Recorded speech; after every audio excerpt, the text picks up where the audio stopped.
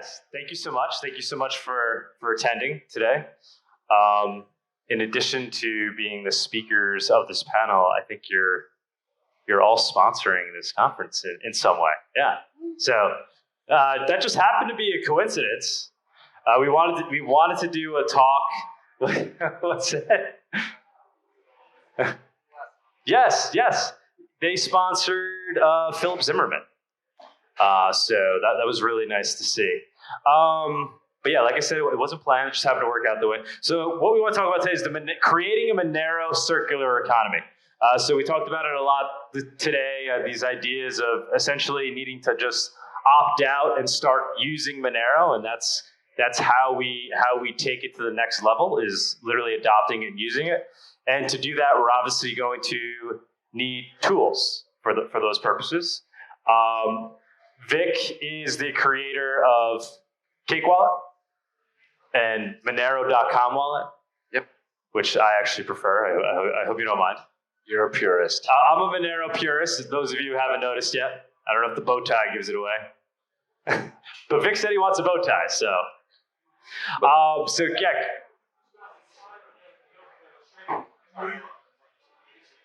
Everybody shift over? Yeah. Okay. Let's do it.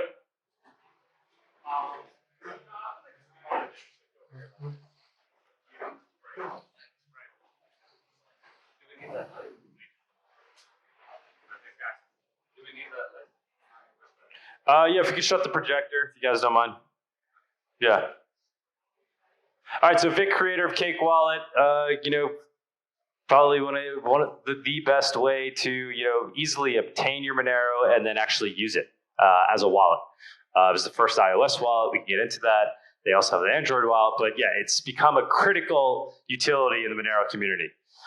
Then we have DV Chain, Garrett, and what's the last? C. What's the last name? C. Oh, I thought you wanted me to guess. You were just giving me the first letter. I was like, and he is, what is your role at DV Chain? Co-founder of DV Chain. I was speaking about this a little bit. They're liquidity providers, and I'd love to get into that more. I actually don't know much about that sector, but they're essentially providing liquidity for exchanges. And I guess you'll get into your other customers, but the idea is they're helping Monero grow through liquidity, right? That's always something that's LARPed over at the Monero community. Like, yeah, but it's not liquid. It's not as liquid as Bitcoin. So major piece of infrastructure there. Then we have CoinCards, who is making it easy for people to actually then go spend their Monero in the real world. So yeah, maybe we're not keeping it circular at that point, but it's allowing us to bridge into the real world so people can live off their Monero today. A lot of things we purchased today, we did actually with CoinCards. We bought Amazon cards. We actually even bought a Home Depot card, and you could buy it essentially anonymously with Monero directly. And now it's a way to essentially spend your Monero wherever these gift cards are accepted. I don't know. I guess we'll just get into it. What would you guys? What do you guys think of when you hear the words Monero circular economy? Like, what do you see as being the goal there, and how we get there? I mean, that's the essence of this. So I'll let each of you kind of start with that. Yeah. So first of all, Cake Wallet is a customer of DV Chain. So just want to get that out there. Thanks for the service. Yeah. Thanks for the wallet. Yeah. I think the most basic way to start the circular economies is firstly at a personal level. You can vote with your wallet. The businesses that you want to do business with as a consumer, you can say, hey, I'll only use your product or service as if you take Monero. I think that would be a very powerful way to get the circular economy going. Actually force your vendors to take Monero. And the other thing, again, on a personal level, always ask for Monero, whether it's in your own business or for personal transactions. So as they say, if you want to make a change in the world or whatever, be the change you want to see in the world. So I think on a most basic, small way, which I think would be effective in the long run, is on a personal level. And we can get into other stuff, but I don't want to keep talking. Yeah. Yeah, I mean, yeah, it must be because you were just talking to it. I mean, obviously, accepting Monero, telling people that you'd rather be paid in Monero, paying people Monero helps with the circular economy idea. I think that we've got some work to do in terms of getting it more accessible to people, right? Like a lot of the reason that someone would prefer to get Bitcoin than Monero is because they have more off ramps or more on ramps, and so a large part of it is getting it more accepted by exchanges and other kind of liquidity providers, and a large part of that is getting a good custody solution or a good enterprise wallet solution. I think a lot of the challenges with exchanges is how are we gonna custody this? We're not gonna put it in a Monero GUI and have a single person be in charge of the keys. And so I think that's kind of at least from my perspective, being in the more institutional space where I deal with a lot of exchanges and high net worth individuals and institutions that have an interest in Monero or in other cryptocurrencies. One of the challenges to getting them to do more with Monero is, well, how are we going to actually custody it and move it around? So I think that's maybe not answering your question, but where I'd like to see some more developments. Okay, yeah. Before we proceed, how would you? So how are you guys currently going about providing this liquidity? Just to elucidate that, might as well go into that a little just bit. to clear up kind of what it is that we do there. So a liquidity provider is a market maker. So we have bids and offers, and we're always willing to buy or sell, right? And so we stream markets to lots of different exchanges and to all of the kind of retail apps that you think of. I don't want to name any names. Well, Cake Wallet. Well, actually, that's actually not the best. Anyway, if you have an app where you buy Bitcoin or something, there's a good chance that we're a liquidity provider to that company. So they provide bid and ask for their customers, but then they've got to turn around and get the coins from someone, and so they often get it from someone like us. And then we also do large block trades for if a bank wants to buy something, or a hedge fund or a high net worth individual wants to buy a few $1 million, then they can come to us and say, what's your price for $5 million with Monero? We give them a price. They say done, send us a wire, and then we send them coins. So it gives you like a one, you can lock in your price right away. You don't have to pre-fund. So that's kind of what it means to be a liquidity provider, is to offer liquidity. Mike, go ahead. If you could answer the original question, and we'll continue to jump around. Yeah, so I'm gonna just echo kind of what Vic said. Like, if anybody out here has a business, it's easy to just start accepting Monero. It's as easy as just here, pay my wallet. If anybody's ever had a business idea, why not start accepting Monero? One of the other things is I've noticed in Miami there's actually quite a surge of places accepting Bitcoin. That's low-hanging fruit. You can go into that place because they're starting to understand what the QR code redemption process is, and just be like, hey, how about Monero? Ironically, I have the truck outside that's selling a rape is calling me because we got to sell to accept Monero for their rapers.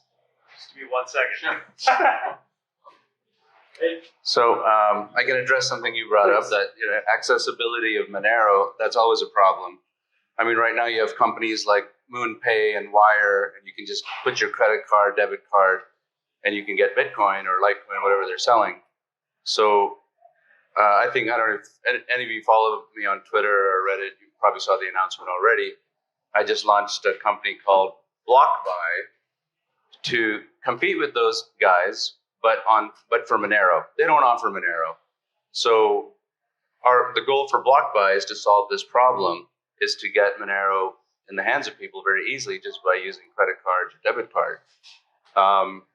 Probably launch sometime in, May, I guess, at least a few states. So hopefully that helps get Monero adoption. Increase Monero adoption. Yeah. Yeah, for sure. I mean, I think it's kind of twofold. One is to get more companies comfortable with it, get compliance departments comfortable with it, and secondly, working on things like Elizabeth was working on, to where you can swap stuff in a decentralized manner, or the I'm drawing a blank, but the ways that you can swap things peer to peer in a decentralized manner. Thor chain is what I was thinking of. And I'm just laughing because BlockBuy is also using DV chain for the liquidity. Well, right. I mean, that's a good point. I mean, there's not a lot of people like us. There are a lot of people like us for Bitcoin and for Ethereum, but there's not a whole lot of OTC desks that are trading large quantities of Monero. And so we're kind of one of the last men standing, and we're going to fight the fight for as long as we can. We want to have backups. Why aren't there a lot? Is it because of the regulation? People are concerned with dealing with potential regulations? I think that certainly that's the case for some people. I think that's a scapegoat in a lot of cases. There's the volume's not there, relative to some of the other things. A lot of the projects that raise lots of money on ICO or that raise a lot of money in the seed round or whatever have just these billions of dollars to spend on exchanges getting them listed. And so are you going to put in a lot of effort to implement some blockchain that's different than an EVM compatible chain? Or are you going to just accept the $100 million payment to copy paste what you've already got, right? So that's part of it. So is that's also why exchanges perhaps aren't coming to you telling you that they want to add Monero to their exchange and they want you to be their liquidity price? Is that also what's going on with that? Yeah, I mean, so to be clear, we're seeing a big kind of uptick in volume in the last, especially like month or so. And I would like to think that's coming from just sort of the realization by people of a lot of the stuff that's, with Ukraine and just Bitcoin addresses being traced and people being, like the Canadian truckers, getting blacklisted effectively. I think that a lot of people have kind of woken up and realized like there's a problem with traceable money. And so I think that's been a large kind of, certainly we've gotten interest from some of the, some hedge funds because of things like that, right? Where they want to get into it. I forgot the. No, right on track. Actually, if you could go down that path a little bit more, if you guys could throw some metrics at us, maybe in a general sense, if you don't have exact numbers on what kind of usage or growth, the amount of people that are buying CoinCards with Monero perhaps versus other cryptos, any insight you could give with your customers, and then Vic as well with, just the usage of Kik. So I'm going to touch base a little bit on this. Every month we actually tweet our complete numbers of what coin is being used. So this last month, which would have been March, Monero ranked number 3. So Monero has been actually constantly hitting the 3rd or 4th coin spot for us, despite being a little further down on a coin market cap type chart. But the weird thing is we dug down into it, and in the US, 51% of our volume is in Monero. Wow. So that's quite interesting to see that so much of our volume is coming from the US itself. Do you have metrics on other geographic areas with usage? Yeah, so Canada, it was number 4. I think it was around 7 or 8%. So definitely in the US, Monero is, I think the adoption here in the, inflation's high and everybody's kind of trying to get out. Privacy is obviously more important to here. And Canadians, I can say this because I am Canadian, we're kind of a timid people and we just do what we're told. But yeah. Go ahead, Vic. I can speak of downloads to begin with. From the day we launched, I don't think we've seen a negative growth month to month. So downloads wise, we're probably growing 10 to 30% every month. It's really crazy. On the transaction side, the only way we could get any metrics on transaction is the exchange that people are using. we can't see how many people are creating Monero wallets, but we are a Monero wallet, so we think most of them are using it for Monero. But on the exchange side, I can tell you that 90% of our exchanges, mostly Bitcoin to Monero. I mean, people are using Cake Wallet to get Monero. .org. So that's our metrics. I mean, we're seeing a growth on the exchange side. We're seeing a growth on downloads, Twitter followers, Reddit use comments. I mean, everywhere we look, we're growing on that end. Yeah, I mean, I don't have a lot of metrics to share, but I can just say so we trade a lot of coins, right? We provide liquidity to a lot of companies. A lot of companies don't trade Monero, and so typically Monero is not in the top 25 coins by volume, right? In March it was number 6, so it was maybe a 20x increase in volume in March over February. It's been 6th, yes, 1, 2, 3, 4, 5, 6. Would like for it to be number 1, but it's getting up there. It's bubbling, right? Do you think price has anything to do with it as well? I mean, we're seeing, anecdotally, it seems like there's a lot of adoption. It's like Vic was saying, it's hard to see the amount of actual we see the transaction counts. We know that's climbing, but we don't know the actual volume in terms of value that's going through the Monero network. So it's hard to tell there.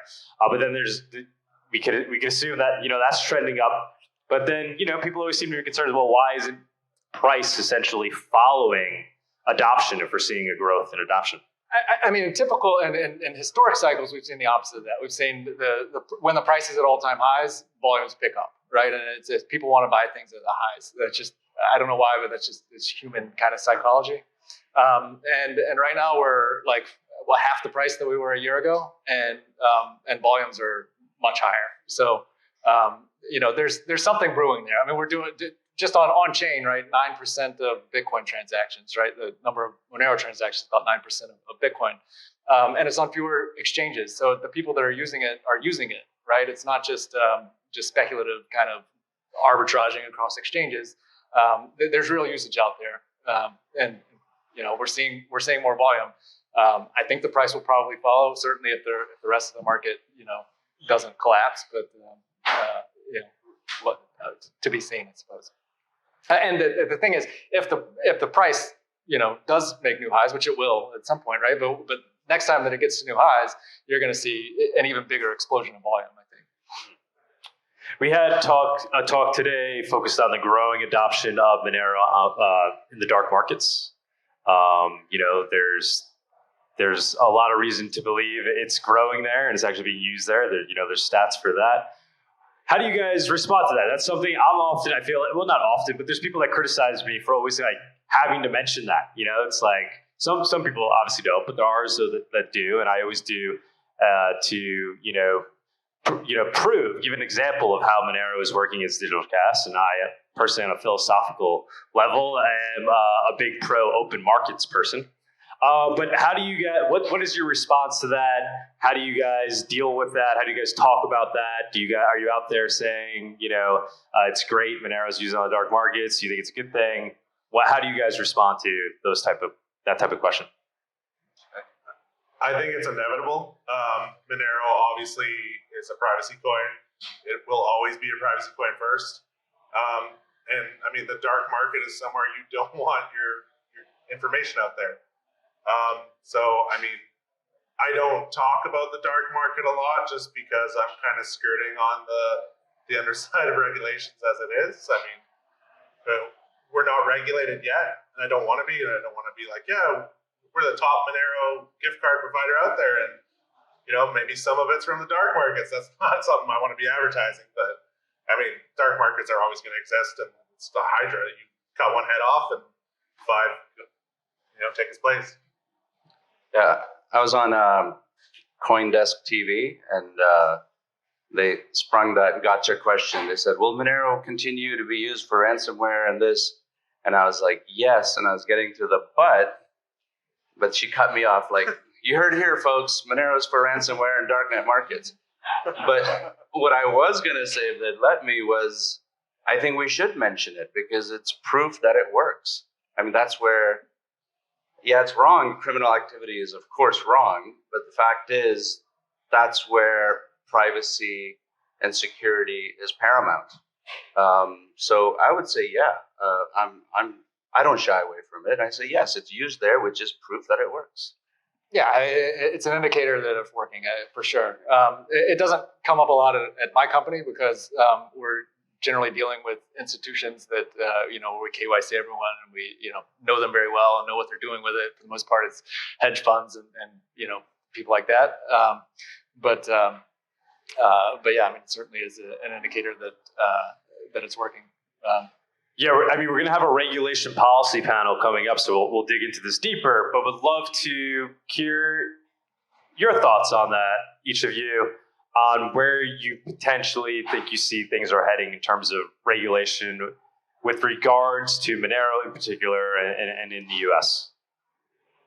I think the governments still don't understand anything. So I'm Canadian. During that whole trucker expose, we were sent a list of Monero addresses that we weren't allowed to interact with. That's just stupid because we all know that's not how Monero works. So they're still so far beyond that. They're going to come up with regulations that just don't make any sense. Maybe they make sense to Bitcoin because that's what they understand, but it's not going to work for some of the chains like Monero. I mean, the trend sure seems to be towards governments becoming more authoritarian and wanting control of stuff and not allowing people to encrypt and to have privacy. The government wants to be involved in every conversation and every transaction. So, I mean, that's certainly the trend. It's not the case yet, right? Like right now, Monero is not illegal, and it's it's free speech, and we're fighting to keep it that way. And so, I'd like to think that's the way that it'll go. I don't have a real. Oh boy, not too much confidence. No, I'm just kidding. Well, I mean, it's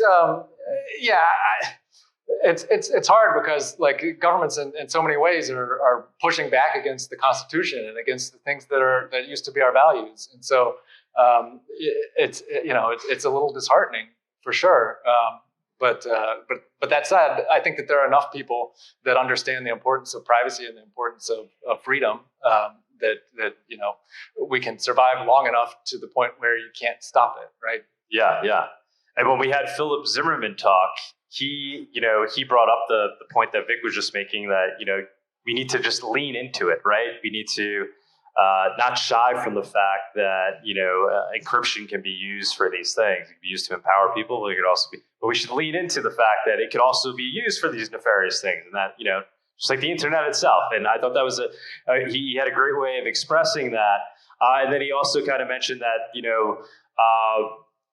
he saw most of his growth in PGP when he was kind of headline news there, and people were coming after him, and the government was coming. A Streisand effect, if you will, where it brought attention to it. Do you see that potentially happening? Can you repeat the question? So, because of the focus being on Monero, that it may be something that governments are looking at and wanting to regulate. That in essence, it ends up just bringing more attention to the project because people become curious as to why the governments may even want to ban it. It becomes something that they want to get their hands on because must be good if the governments want to regulate and ban it. Yeah, certainly. I mean, that certainly it brings awareness. I mean, Monero is still pretty small in the grand scheme of things, right? And compared to fiat currencies, it's nothing. And so certainly more awareness doesn't hurt, even if it's coming from people that want to squash it. Vic, you want to comment on the whole regulation thing and where you see it going? I mean, I'm a little more optimistic on where this is heading just because of looking at Bitcoin. I mean, when I got into Bitcoin in 2012, 2013, it was like, oh my God, this scary cryptocurrency that's used on the Silk Road and this and that. And look where we are today. When you watch CNBC in the morning, you see the Dow, you see NASDAQ, and you see Bitcoin. So new regulations, new types of laws, new types of structure have come up where Bitcoin can play in the regular financial space. So looking at that history, I mean, looking at weed, for example, weed is legal in most states. I mean, I remember in the late 80s, you used to like hide and smoke weed. And if you saw a cop, you would have a heart attack. Like you're going to go to jail for 20 years. That's changed. I mean, who would have thought, right? So I'm definitely optimistic on the regulation. I don't know what that regulation is going to be, but I think something has to come up because the will of the people in the end should win out. I'm being optimistic. I think will of the people will win out. People wanted Bitcoin. People wanted cryptocurrency, and we got it.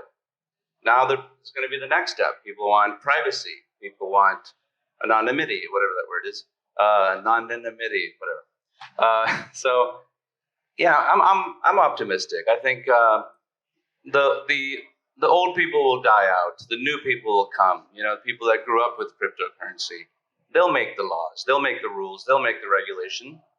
And I think weed and Bitcoin are a good example of that. Certainly, the Canadian trucker thing, I think, really shined a light on some of the problems, and I think that more events like that are bound to happen, and people will wake up. I mean, it's really a matter of time. The question is, does it happen too late or not? Right? Like everyone realizes at some point that privacy is important, and usually it's too late. So the hope is to get people to realize that before it's too late. What do you think needs to happen to get people to realize that? Is it just education, or do you think it's going to take moments like we saw with the truckers, what we're seeing, with blacklisting of wallets? Is it just? I mean, I think that certainly bad things happening help you realize the problem. Just as an example, you were talking about darknets, darknet markets, and ransomware. One of the great things about Monero is that there's no taint to your wallet, right? So with Bitcoin or even any of the Ethereum or Ripple or whatever, you get some taint, and there's no real rules about how much is acceptable and how much isn't. And so you might receive $1 million from someone, and $3 of it was from stolen funds, and then you deposit it in exchange, and the exchange freezes your account because some of your funds, were stolen or whatever, right?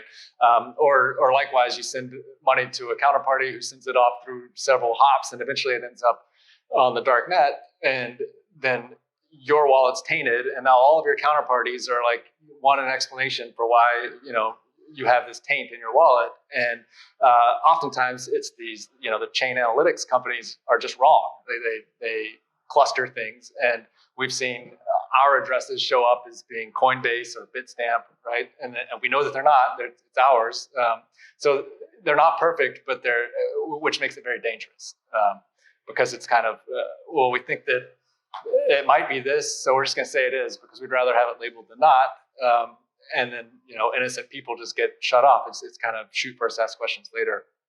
So that's what, the privacy of Monero helps tremendously in that, because you don't have to worry about people making wrong assumptions about what's going on.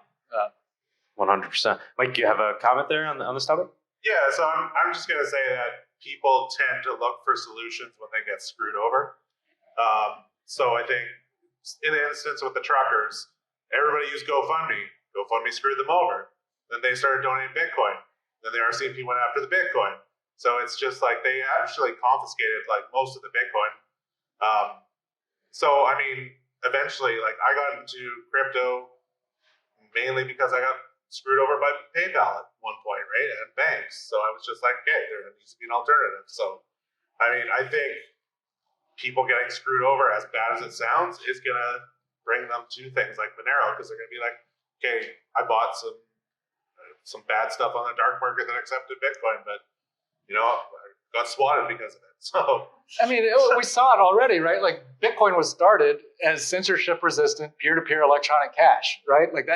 There was a need, and it was designed to fill that need, and it's failed on all of those points, right? It's no longer peer-to-peer; it's exchange to exchange. It's no longer censorship-resistant. Mining pools are censoring Bitcoin transactions based on OPEC sanction lists, and it's the fact that they can censor some, and the fact that more and more miners will censor, because if one is doing it and they don't want their blocks to get orphaned, they'll start doing it too. It doesn't take much before there's the ability to censor transactions. And once there's the ability, then the governments or anyone can force, censorship. And so I think, what Bitcoin was created to solve, I think it was good at for a few years, and it just didn't keep up. And Monero is the solution, and it's just a matter of time before people figure that out. Spoken like a true Monero max. What do you think of the meme where people, are it's kind of fading a little bit? Only acquire Monero if you need to use it, right? Whereas and by use, for purposes of transacting, or perhaps it should be more broadly interpreted as maybe you want to use it for storing value. But it really, the real meaning was if you need to use it, and then as opposed to Bitcoin, where it's like, well, even if you don't need to technically use it for transacting, you should acquire it because it's a store of value. What are your comments on that? I think you should always have a plan B for every single situation that can come up. So I think you should always have some Monero. Yeah, I mean the narrative of Bitcoin has changed a little bit. Right now, it's more about number go up and store of value. Right, it used to be electronic peer-to-peer cash, but I think also with the history there of the Monero thing, only buy it if you need it. The idea was this is a new experiment. It's gonna have bugs. It might have bugs. It's very risky. It could get shut down. We're talking 2014, 2015, right? And so don't go mortgage your house and buy this risky asset because you realize how great it is, because you could lose a lot of money. So don't risk too much, I think, was the main purpose. I think Fluffy Pony is the one that said that, right? It was don't buy Monero unless you have a need for it. And then that got truncated to we had stickers. We did a great campaign. Monero is harmful for your health. I think we did maybe too good of a job on it. It was a genius campaign. But I think that he later clarified, at least from his opinion, I don't mean to speak for him, but I think he said this on Reddit, that buying it as an investment so that you'll have it 10 years from now when you need it is buying it because you need it. I mean, that is a use case, right? It's just don't load the boat with a whole bunch of coins that you're never going to spend, and it's more than you can take the risk for when it's still a risky asset. Did you want to respond to that? I mean, I agree with everything both the gentlemen said. Why not both? Why not have it instead of Bitcoin? I think it's a good store of value because it's private. It's your stash you have. Nobody can see it, and I think it's a great advantage. And then, of course, the use case is number one. So, yeah, I agree with both of these guys. I'm going to ask one last question, then maybe the audience has one or two questions. So what do you guys see as the biggest opportunity in Monero in terms of what needs to be provided as a business? You're working on CoinCards, you're working on Cake, you're working on providing liquidity, but what do you think is missing there? What should people be thinking about? What ideas should be worked on so that we can get closer towards Monero, having this circular economy so we can grow Monero adoption? What is missing from the ecosystem? What needs to be built? Accessibility. I think we touched on that at the beginning as well. Everybody, whenever I talk about Monero, the first thing is, how do I get Monero? Do I get it on Coinbase? And I'm like, well, no, you got to go to this obscure thing called Kraken. You got to sign up for that. Or you can do it in Cake Wallet, but you got to buy Litecoin, Bitcoin, and then convert it to Monero. So I think that's the biggest challenge for Monero right now. And not to plug my own venture, but hopefully BlockBuy will solve that problem and make it easier to access. Yeah, I mean, 100%. That's correct. I think, from my opinion, is in order to get there, we need better wallets, a better enterprise grade, multi-signature MPC type solutions. We have Binary Fates project. Have you seen that? I'm so excited about that. Yes, What is it called? Rhino. Yeah, you want to quickly explain it for people? Well, it's an enterprise grade multi-sig wallet. So it requires multiple approvers to send a transaction, and it's a very slick web GUI that you can It's And that's solving custody issues, basically. When we talk about big players that want to use Monero, it's solving the custody issues, custody concerns. Right. Yeah, I mean, just yes, Rhino. Yes. Want to jump in, Mike? Yeah, so I mean, from my standpoint, my biggest issue is I want merchants to accept Monero natively. I've said this before, and I'll say it again. CoinCards shouldn't exist. I don't want to exist as a company. I want companies to actually take Monero natively. That's still a while away, so that's why we have that bridge. But eventually, it'll get to where I don't need to exist, and I don't need to be up here. We can all just. Oh no! Yeah. No, You'll be working on something else, and you'll exactly. be fixing another issue in the ecosystem. I always say that about. That's what I always said about Coinbase. I always saw Coinbase as actually a temporary company, kind of like the AOL of crypto. It's kind of a walled garden. It's onboarding people, but eventually we're not going to not need those companies at all. Anybody in the audience have a question? You talk about multi-sig, and as a slightly educated pleb, I don't understand what's the holdup with Monero multi-sig. I know there's kind of problems in the current implementation. Can you pontificate a bit on why is multi-sig harder with Monero than perhaps Yeah, sure. So the question is, why is multi-sig harder with Monero than with Bitcoin, and what are the issues with it? The answer is I'm not. I don't know the answer. I don't know the technical challenges. I know that there's a bug that needs to be fixed and that requires a hard fork before it can be implemented. But I'm not beyond my knowledge. I feel like Seth could probably answer. Seth, you want to chime in on that? Not really. We probably need Ko to chime in on this one if he's in here. Yeah. Give it to somebody who really knows. He put his hand up. Straight to the expert. Word multi-sig, and I was like, oh boy, now it's my turn. Multi-sig is hard because you have it's a shared. You want to build a shared key where some number of people in the group are adversarial. So, okay. When you have adversarial players in a interactive protocol, it amplifies the complexity required to make it work correctly significantly. So every single step in the process could be subject to an attack by one of the players in the group. So to ensure that no problems arise between the time you start building the group key and even through to creating transactions, there are a lot of problems that can arise. So that's why it's hard. And that's why it still does not work completely correctly in the code base that we have live right now. Can I try to summarize and you tell me if I'm wrong? It requires multiple rounds of signing, whereas Bitcoin doesn't. And how far away are we from it, improving and getting to the point where it's more usable?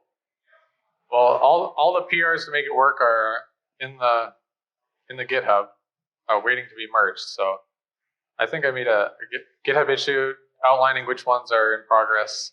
You can check that out. It's pretty, just getting them in there. So problem solved, guys. Any other questions before we move on? Anybody? Nope. All right, guys. Thank you so much. If there's anything else you want to bring up before we close, is there any other comments you guys want to make? We have you up there? No? If you want to buy a little bit of Monero, go to this guy. If you want to buy a lot, come to me. If you want to buy anything from someone that doesn't accept Monero. If you want to buy an Amazon card, go to this guy. All right. Oh, go ahead, Vic. Yeah, we've got a lot of exciting stuff coming, Cakewell. I don't want to talk about it. I mean, we don't like to announce stuff, but it's going to be mind-blowing. it's going to make Monero even more usable in the real world. And I'm really excited about it. I like lose sleep overnight. So I think it'll be fun. It'll be good. Just a little plug. Yeah, let's find you. Thank you so much, guys. Thank you for doing this, and thank you for the sponsorships again. Really amazing.